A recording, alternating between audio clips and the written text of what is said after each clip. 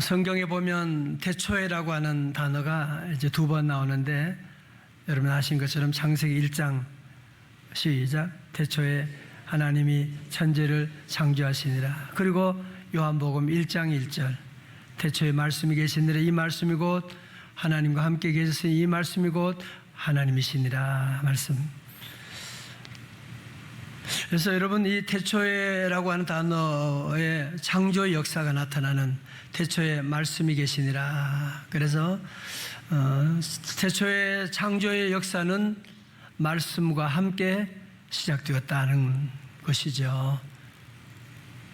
여러분, 그래서 우리 성도들은 늘 말씀을 귀하게 늘 생각하고, 왜? 말씀에 창조의 능력이 있거든요. 어제 8월 우리 월삭기도해 주신 말씀, 특별히 저는 로마서 8장 14절의 말씀 한번 찾아볼까요? 다 외운 분 많이 계실 텐데, 로마서 8장 14절의 말씀, 저는 어제 이 말씀을 제가 특별히 하나님 주신 말씀으로 꽉 붙잡게 돼서요. 로마서 8장 14절 말씀 찾으셨나요? 준비 시작. 무릇 하나님의 영으로 인도함을 받는 사람은 곧 하나님의 아들이라. 여기 뭐라고 그랬어요? 하영인, 기억하시죠? 하나님의 영으로 인도함을 받는 사람은 곧 하나님의 아들이다. 주여, 8월에 하나님의 영으로 제 삶을 인도하여 주옵소서. 이제 기도하고 목회를 인도하다가 기도하는데, 어제도 하나님의 영으로 인도해 주시는 너무너무 놀라운 일을 제가 체험하면서, 하나님 영으로 인도하시니까 기적도 일어나는구나. 그래서 제가 우리 자녀들에게 또 카톡방에다가 8월에 주신 하나님 말씀은 로마서 8장 14절이다 그렇게 올리고, 함께 하나님 영인이 되기를 원하고 그런 말씀을 함께 나누었습니다. 우리 성도들은 이 성경 말씀이 우리의 지식을 더하기 위해서 있는 거 아니거든요. 무슨 새벽에 여러분이 성경 공부하기 위해 온 것이 아니고, 성경 말씀 우리의 지식을 위한 것이 아니라 믿음을 위한 말씀이에요. 어떤 분은 성경 말씀 이렇게 하면, 목사님 또 같은 말씀, 똑같은 말씀을 하시네. 또 로마서 8장 말씀이네. 마치 그것은 오늘 또 밥 먹으라는 거야. 그거 똑같은 말이에요. 그럼 밥 먹지 뭘 먹어요? 오늘 우리 사회 많은 사람의 건강이 잘못된 것이 뭐냐? 밥을 안 먹는 거라잖아. 우리 아이들이 밥을 안 먹고 자꾸 특별한 걸 여러분이 추구하면 안 돼.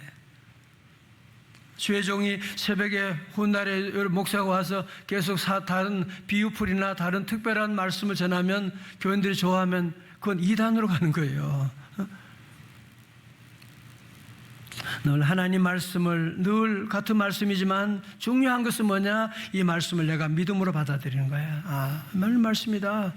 로마서 8장 14절 시작. 무릇 하나님의 영으로 인도함을 받는 사람은 곧 하나님의 아들이라. 아멘. 주여, 18호 한 대로 내 생각대로, 내 경험대로, 내 직관대로 살지 말게 하시고 하나님의 영으로 인도함을 받는 사람 되게 하여 주시옵소서. 그죠?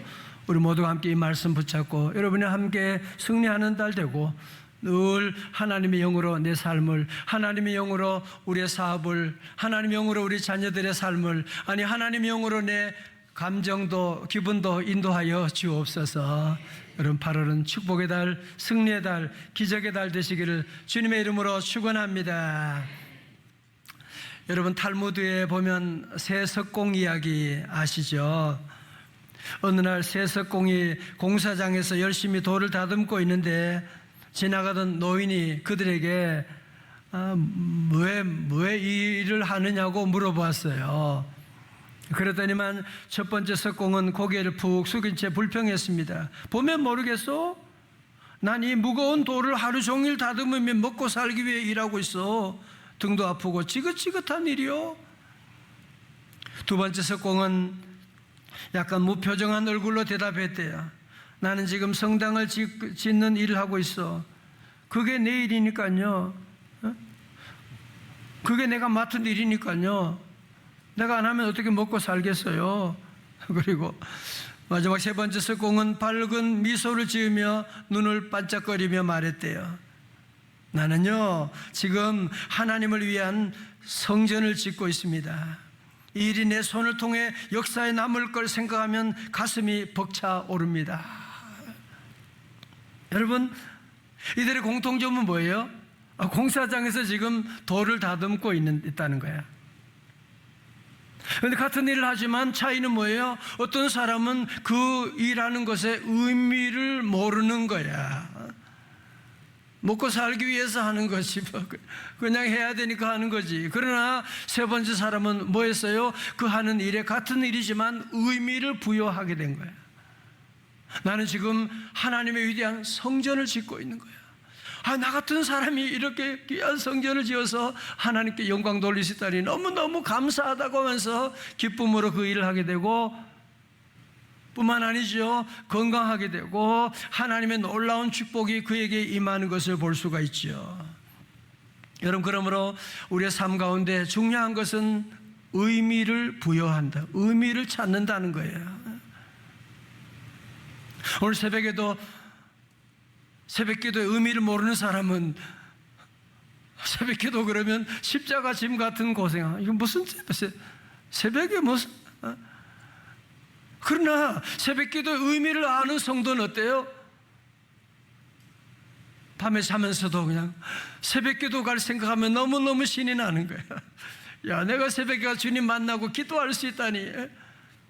로마서 8장 15절에 우리는 무소하는 종의 영을 받지 않고 양자의 영을 받아서 아빠, 아버지라고 부르시는, 나는 새벽기도가 너무너무 좋아. 아버지 하나님 만나는, 그 천지 만물을 창조하신 하나님 만나는 시간인데, 이 시간이 가장 귀한 의미 있는 시간인 줄로 믿습니다. 오늘 그래서 우리 성도들은 늘 오늘 제목처럼 의미를 잘 찾으셔야 돼요. 오늘 본문의 말씀은 우리가 잘 아는 말씀으로, 예수님께서 예루살렘 성전에서 말씀 전하시다가 군중들이 반발해서 돌로 치료하시니까 그 살벌할 분위기를 피해서 성전 밖으로 나오셨는데, 그때 예수님의 눈에 날 때부터 시각장애인인 사람이 구걸하는 모습을 보게 됐어요. 여러분, 날 때부터 시각장애인이다, 그냥 듣기만 해도 얼마나 힘든 인생 살아가는, 요즘도 힘들지만 2000년 전에는 정말 시각장애인 같은 완전히 인생 버려진 그런 인생 살아가는 사람인데, 예수님의 제자들이 그를 보고 하는 질문이 뭐예요? 선생님 저거 보세요. 저 맹인 보세요. 나면서부터 소경된 사람인데, 자기 죄 때문입니까? 아니면 부모 죄 때문입니까? 아니, 무슨 남의 아픔에 대해서 전혀 공감하고 그런 마음이 아니고, 저한테 교리적인 문제 가운데 저게 누구 죄 때문이냐, 유대인들은 그런 인과응보적인 그런 관계로 누구 죄 때문이냐 그렇게 물어보는 거예요. 누구 죄 때문입니까? 여러분, 사실 이 시각장애인은 앞을 보지 못하고 구걸하는 인생이고, 그것도 너무너무 힘들지만 더 힘든 것은 뭐냐 하면, 밖에 나가면 사람들이 뒤에서 수군거리는 거야. 누구 죄 때문이지, 쟤는, 저 사람은. 여러분, 이런 아픔 가운데 오늘 우리 주님께서 중요한 것은 뭐냐면은, 이 시각장애인의 그 아픔 가운데 주님께서 하시는 일이 뭐냐, 그 고통에 새로운 거룩한 의미를 부여해 주셨다는 겁니다. 뭐라고 하셨나요? 3절의 말씀 요절이에요. 3절 다 같이 그게 시작. 예수께서 대답하시되 이 사람이나 그 부모의 죄로 인한 것이 아니라 그에게서 하나님이 하시는 일을 나타내고자 하심이라. 아멘. 인간들은 지난날의 과거의 원인을 따지고 과거사를 따지고 과거를 파헤치고 그럴지 모르지만, 우리 주님은 과거를 파헤치는데 주님은 관심이 없으세요. 우리 주님은 시각장애라고 하는 이런 아픔 가운데 이 고난에 의미를 부여하시는데, 그 의미가 뭐라고요? 하나님이 하시는 일을 나타내고자 하심이라 말씀하는, 할렐루야. 여러분 그렇습니다. 고난에는 의미가 있습니다. 다 같이 고난에는 의미가 있다. 예? 고난 받는데 의미도 깨닫지 못하면 그 사람은 불행한 사람이에요. 불쌍한 사람이에요. 이런 고난 가운데도 뭐라고요? 하나님의 하시는 일을 나타내고자 하심이라. 여러분 그러면 내 고난이 차원이 달라지는 거야. 그죠? 그전에는 부모 죄 때문인가 내 죄 때문인가. 그래서 부모 죄 때문이면 어떻고 내 죄 때문이면 어떻다는 거예요. 그게 무슨. 그러나 우리 주님이 오셔서 그의 삶에 새로운 의미를 부여하심으로 말미암아 이 실로암에 여기 있는 이 시각장애인은 실로암에 가서 눈을 짓게 되고 보게 되고 하나님께 영광을 돌리게 되고 그의 삶이 성경에 기록되어서 오늘 우리에게까지 들려오게 되는 놀라운 의미 있는 삶을 살아가게 된 것입니다. 그렇잖아요, 그죠? 우리 주님께서 의미를 부여하시니까 삶의 차원이 완전히 달라지게 되는 거예요. 많은 사람들이 고난당하면 고난밖에 몰라요. 고난은 어떻게 하면 피해 나갈 것이냐 그것만 생각해. 그러니까 더 고통스러운 거야. 우리 성도들은 이 고난 가운데 있게 되면 고난의 의미가 무엇인지, 저도 목사지만 아픔이 다 있잖아요. 몸이 아플 때도 있고 입원할 때도 있고. 그것만 가지고 생각하면 저는 너무 비참해지죠. 그런데 하나님은 살아계시고 하나님이 제게 고난 주신 이유가 뭐냐? 너 더 기도하라고. 너 하나님 더 의지하라고. 철저하게 하나님 의지하는 목회야지. 하나님께 더 기도하게 하고. 또 어떤 의미가 있느냐?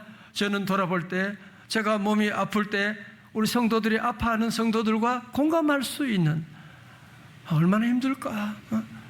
병원에 검사할 때 얼마나, 수술할 때 얼마나 저도 이제 성도들과 함께 이런 공감할 수 있게 되고 또 기도하게 되고, 그렇게 생각하면 제게 주어진 고난도 너무너무 감사한 거야.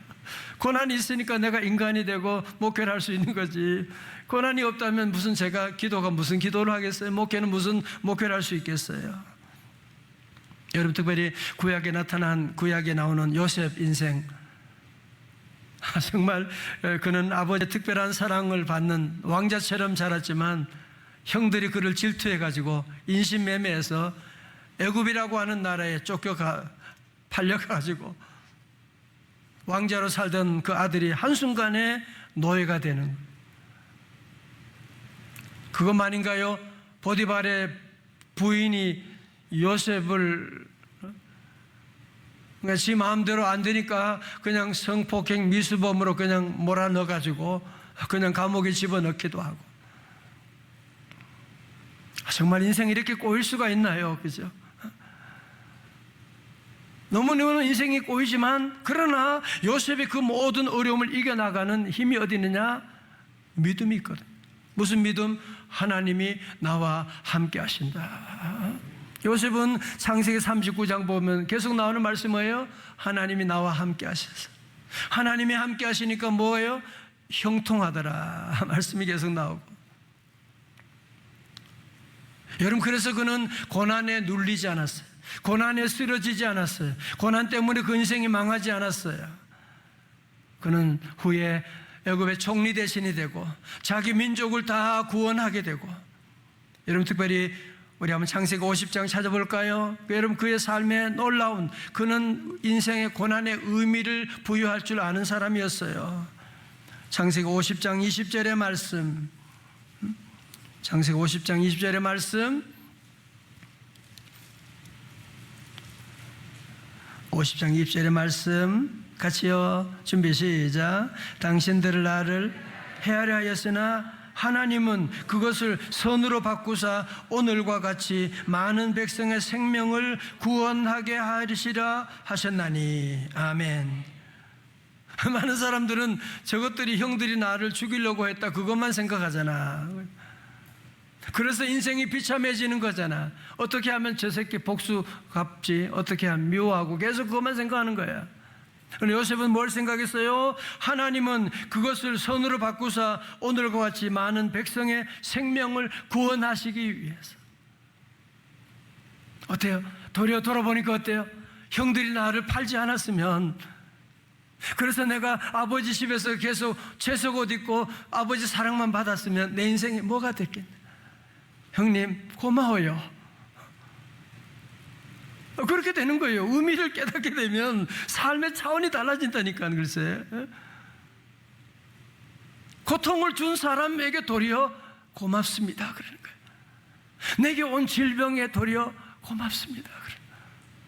내가 이 고통이 없었으면 내가 어떻게 주님을 알았겠어? 내가 고통이 없었으면 내가 어떻게 기도하는 사람이 됐겠어? 주님 감사합니다. 어떻게 고난의 의미를 깨닫게 되니까요, 도리어 감사할 수가 있게 되는, 감사하는 삶이 된 거죠. 자, 여러분, 그런데 우리가 의미를 부여하는 거 참 좋은 일인데 우리 인간의 힘으로는 그게 잘 안 돼요. 우리 인간의 의미로는 고난당하게 되면 속상하고 짜증나고 원망스럽지, 무슨 의미를 찾는다는 것이 참 어려운 일이거든요. 독일의 문학가 괴테는 그런 말을 했어요. 먼지도 태양빛을 받으면 빛을 발한다. 한 번 더 해봐요. 먼지도 태양빛을 받으면 빛을 발한다. 너무너무 메모해 두었어요. 여러분, 우리 인간은 흙으로 만들어졌잖아요. 우리는 먼지 같은 존재잖아요. 그렇지만 하나님이 빛이 임하게 되면 먼지도 빛을 발하는, 하나님의 은혜가 임하게 되면, 여러분, 바울이 그런 고난 당했잖아. 그런 가운데도 그런 늘 하나님의 임재하심, 모든 것이 합력하여 선을 이루어 주실 줄로 믿습니다. 그런 고백하게 되는 것이고요. 여러분, 그래서 우리 성도들은 우리가 의미를 어떻게 찾느냐? 우리 경험으로, 우리 생각으로, 감정적으로 아니에요. 그러면 또 여러분이 더 고난 속으로 늪으로 들어가게 돼요. 하나님, 제게 이 고난의 의미를 깨닫게 하여 주옵소서. 먼지도 빛이 비치면 먼지도 반짝일 수가 있게 되는데 하나님의 은혜가 임하게 되면, 그래서 우리는 늘 하나님의 은혜가 임하기를 늘 기도하고 나가야 돼요. 늘 기도하고 나가고, 그러면 하나님의 은혜가 임하면 시편 119편 71절 아세요? 고난당한 것이 내게 유익이라. 이로 말미암아 내가 주의 율례들을 배우게 되었나이다. 아멘. 고난당하는 게 유익이래. 누가 이런 얘기 할 수 있어요? 의미를 아는 사람은. 그러나 의미를 모르는 사람은 고난 때문에 속상해 죽겠어 정말. 내한테만 이런 어려움이 있어. 때로 부부간의 어려움을 겪는 경우도 있잖아요.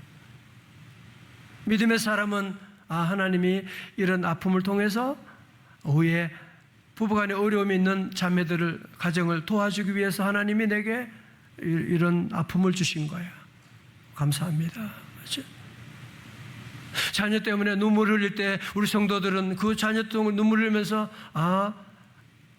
하나님이 나를 얼마나 사랑하는데 내가 얼마나 하나님 품을 떠나서 탕자처럼 지냈던가를 깨닫게 되고 의미를 발견하게 되고 또 뭘 발견하게 돼요? 자식 때문에 자식 키우면서 눈물 흘리는 사람이 얼마나 많아.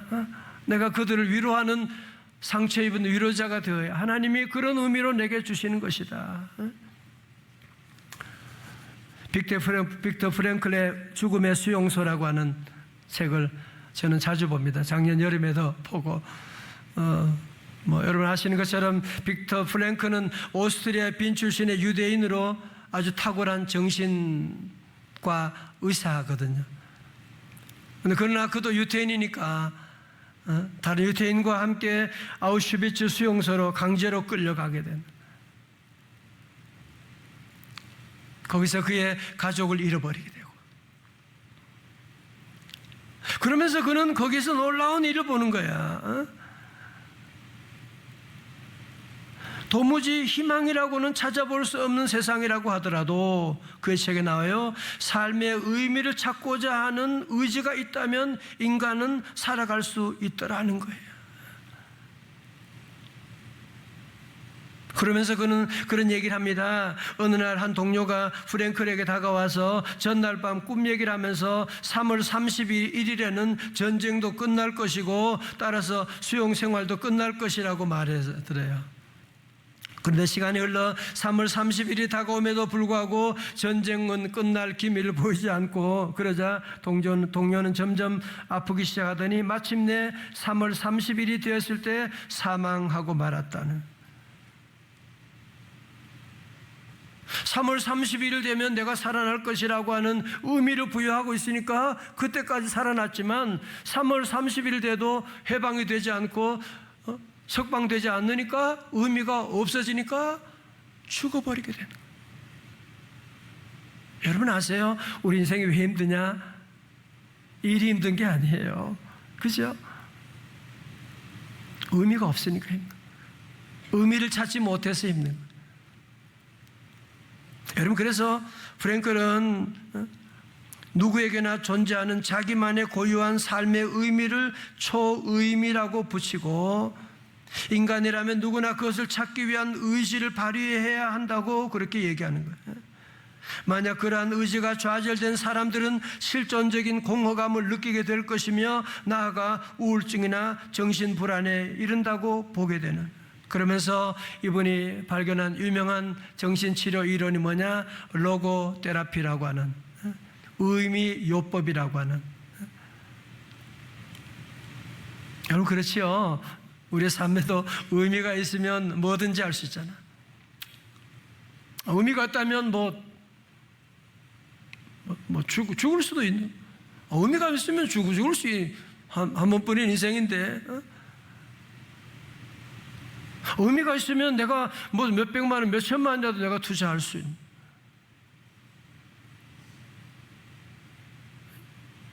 자, 그런데 이런 모든 의미들은 어떻게 해요? 우리 하나님께서, 우리 예수님께서 오셔서 의미를 부여하는 것이 진짜 의미이지, 세상 사람들이 주는, 내가 주는 의미는 그거는 잘못될 수가 있고 또 그것 때문에 고통의 늪에 빠질 수가 있거든요. 그래서 우리 성도들은 오늘 주님 앞에 늘 나오면서 항상 의미를 잘 부여하고, 때로 내가 억울한 소리 들을 때도 있잖아요. 그거는 하나님 나도 기도하라고 하는 거잖아. 우리 주님은 더 억울한 소리 다 당하셨는데, 우리 주변에 억울한 소리 듣는 사람 얼마나 많아. 나는 그러지 말아야지. 그죠? 여러 가지 의미가 있는 거예요. 의미를 찾으시면 기도하는 가운데 보면 얼마나 놀라운 의미가 있는지 몰라. 그래서 우리 성도들은 고통 가운데 고통만 당하면 그 비참해지는 거예요. 그게 뭐요? 하나님의 거룩한 의미를 부여하면, 초의미가 되게 되면 새로운 인생이 해석이 되는 것이고, 그때 시편 다윗의 고백처럼 고난당한 것이 내게 유익이라. 내가 이로 인하여 주의 율례를 배우게 되었나이다. 다시 아멘. 오늘 새벽에 성도 여러분, 너무 말씀을 깊이 잘 듣고 그래서 오늘 감사드리고, 늘 말씀을, 항상 말씀에 창조의 능력이 있어요. 그래서 우리 성도들 늘 말씀을 귀하게 여기고, 말씀 듣는 시간을 귀하게 여기고, 자꾸 새로운 특별한 듣지 못한 그런 걸 들으려고 그러면 안 돼. 늘 아침 밥 먹을 때 여러분이 밥이 최고다, 밥이 보약이다, 그런 것처럼 이 말씀을 늘 기억하고 여러분 삶 가운데 늘 의미를 찾아서, 거룩한 의미를 찾아서 도리어 이 고난동에서 우리 하나님께 영광 돌리는, 하나님이 하시는 일을 드러내는 귀한 삶이 다 되시기를 주님의 이름으로 축원합니다.